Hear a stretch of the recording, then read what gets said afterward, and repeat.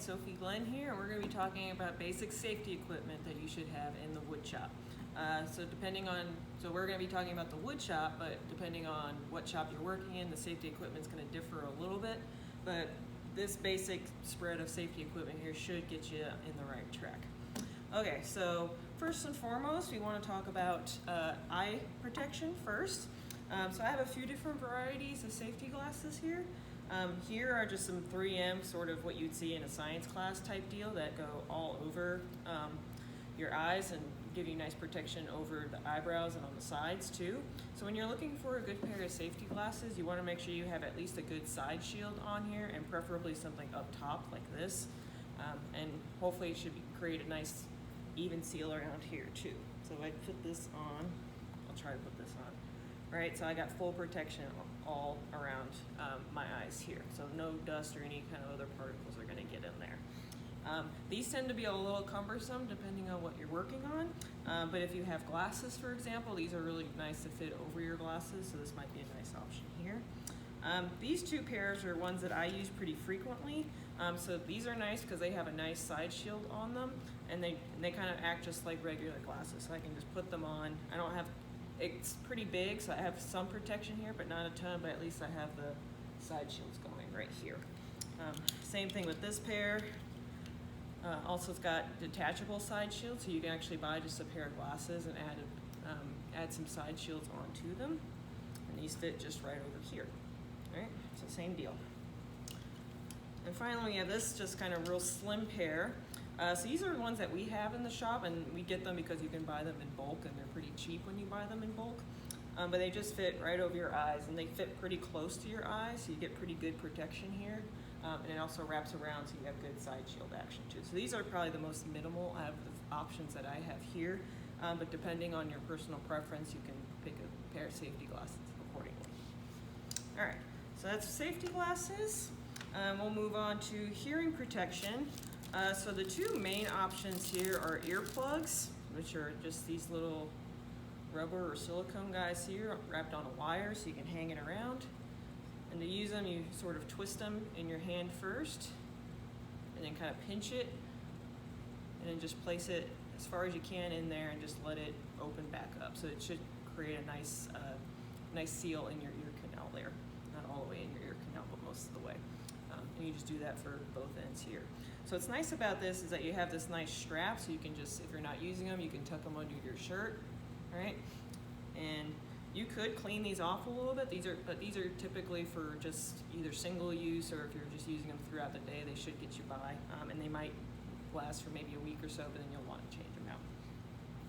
So those are earplugs. So you just wrap them up like so. But what I like to use are the big earmuffs, or sometimes they get referred to as Mickey Mouse ears. So these are nice rubber earmuffs here, so they have a nice cushion around my entire ear, and I just place them just like so, right? And what I typically tend to do if I'm not using them for a reason, I go like that, just right over my forehead so they're out of the way. And you can adjust them, so I can pull these little wires out, so if it's too small for my head, I can pull them and adjust them accordingly. These come in a variety of different styles. I tend to like this 3M Tech Protection.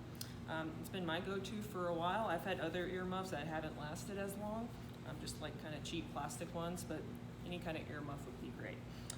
Especially if you're working in a wood shop, and typically with maybe other people working in the wood shop, you'll want to have some kind of ear protection because it does get very loud, especially when lots of machines are running at the same time or dust collection is on, and your hearing is just as important as any kind of other, like your other senses.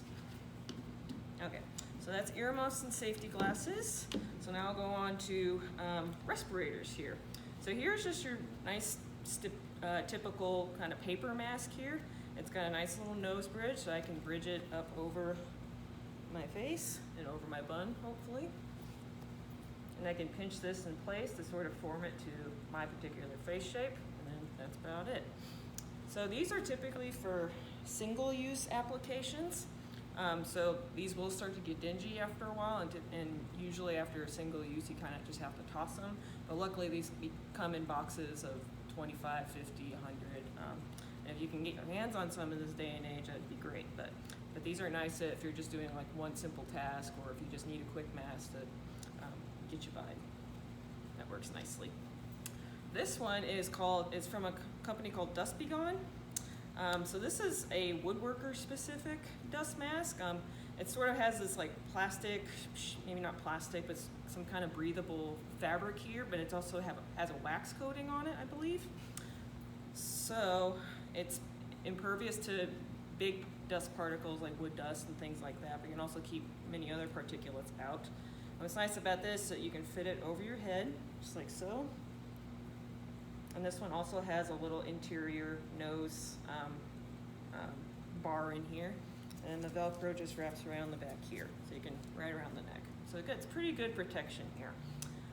Not really the most comfortable, at least not for me, because I have kind of limited in my head rotations here. But a really nice mask, and it's really breathable, which all masks really should be. This one will probably run you about $40, but this is the nice thing about this is that it's washable, so you can use this over and over and over again. So if you buy this mask, then you're pretty much set for a long while, or at least until this fabric material wears out. And then finally we have this respirator, which is sort of a more heavy-duty respirator. So it's actually got cartridges in here that have air filters.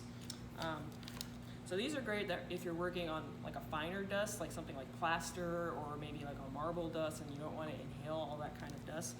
So this kind of works the same as a Dust Be Gone. It kind of fits over your head and seals your face in like this. So yeah, you can really can't hear me now, can you? So it's nice. It's got this nice little rubber or silicone nose and mouth protection, I guess, here. So that's kind of nice, and it fits really nicely around this region of your face. And then these filters you can easily change out, so when they start to get dusty, you could just buy another set of filters without having to switch out the mask. These, depending on the style, will run anywhere from maybe $10 to upwards of $50 to even much more expensive than that. But the nice thing about this is, and once you have it, all you have to do is really replace the filters. And this can easily be cleaned with just like a baby wipe or some alcohol in there just to get it nice and clean again. So this is really nice too. I've actually had this for about 10 years, so it's lasted a pretty long time. Okay, and finally we just have some nitrile gloves here. So if you're working with chemicals or oil finishes or things like that, it's nice to have a set of nitrile or a box of nitrile gloves handy. So you don't really need to demonstrate this, but you just slip them on like that, and once you're done, you kind of toss them away, right? So a good way to take these off, so say these are covered in oil or any kind of other finish, you don't necessarily want to get it on your skin. What you do is sort of pinch the wrists here and pull this one out, and then you can kind of come underneath this side and just pull it in this way. So you might get a little bit on your fingers, but not a ton. And then you can just toss this in a flammable cap or a non-flammable trash can, one of those red trash cans. So these don't spontaneously combust because we don't want that. So these are pretty nice. This is a one-size-fits-most variety, and these are nitrile gloves, not latex. So if someone has a latex allergy, you definitely want to get the nitrile variety. Some of them have powder in them, so it creates a little bit less friction between the nitrile and your skin, so the powder kind of eases that, resists chafing. So super nice thing too.